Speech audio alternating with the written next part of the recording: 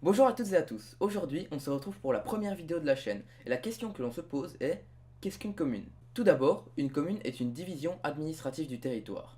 C'est le premier échelon de la démocratie politique. Il y en a 589 en Belgique. Mais quelle est la différence entre une ville et une commune?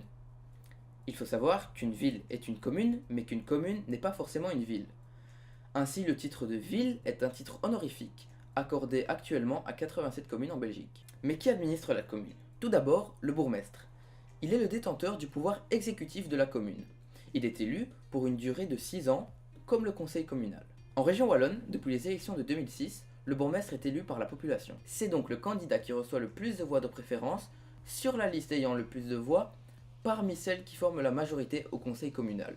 Et ce n'est donc pas simplement le candidat ayant le plus de voix. Le rôle du bourgmestre est d'exécuter les lois, les ordonnances, les décrets, les règlements et les arrêtés d'État, des communautés, des commissions communautaires, du conseil provincial et du collège provincial. Sauf si ces dernières sont directement adressées au conseil ou au collège communal. Il est aussi officier d'état civil, ce qui signifie qu'il doit faire observer tout ce qui concerne les actes et la tenue des registres. L'écharpe du bourgmestre est tricolore, noir, jaune, rouge. Le collège communal est composé de 11 membres à Charleroi. Sinon, le nombre d'échevins varie en fonction du nombre d'habitants dans la commune. Il est composé du bourgmestre, des échevins et du président du CPAS. Le collège est le pouvoir exécutif de la commune.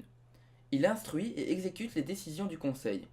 Il s'occupe aussi de la gestion quotidienne de la commune. C'est la loi qui lui confère ses attributions, et ces dernières sont énumérées dans le Code de la démocratie locale et de la décentralisation. Mais elles sont entre autres la publication et l'exécution des résolutions du conseil communal, l'administration des bâtiments communaux et des propriétés de la commune, la gestion et la surveillance de la comptabilité, la direction des travaux communaux, les actions judiciaires de la commune, la tenue du registre civil, etc. Mais c'est en interne que le travail est réparti entre les membres du collège communal.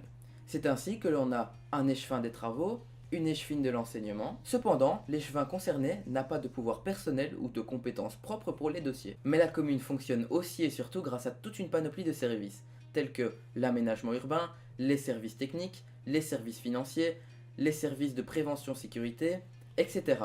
Tous ces services sont dirigés par un directeur général, qui agit sous le contrôle du collège communal. Celui-ci doit se conformer aux instructions soit du conseil communal, du collège communal ou du bourgmestre. Le directeur général gère l'évaluation des agents, il assure le suivi du système de contrôle interne de fonctionnement des services communaux, il gère les ressources humaines et coordonne les services communaux, il est aussi, sauf exception prévue par la loi, le chef du personnel, il assure aussi un conseil juridique et administratif. Voilà, nous arrivons à la fin de cette première vidéo qui avait pour but de résumer les différents fonctionnements d'une commune. Mais ce n'est que la première vidéo d'une série destinée à voir, par la suite, le fonctionnement complexe de notre pays. N'hésitez surtout pas à vous abonner ou à liker la vidéo.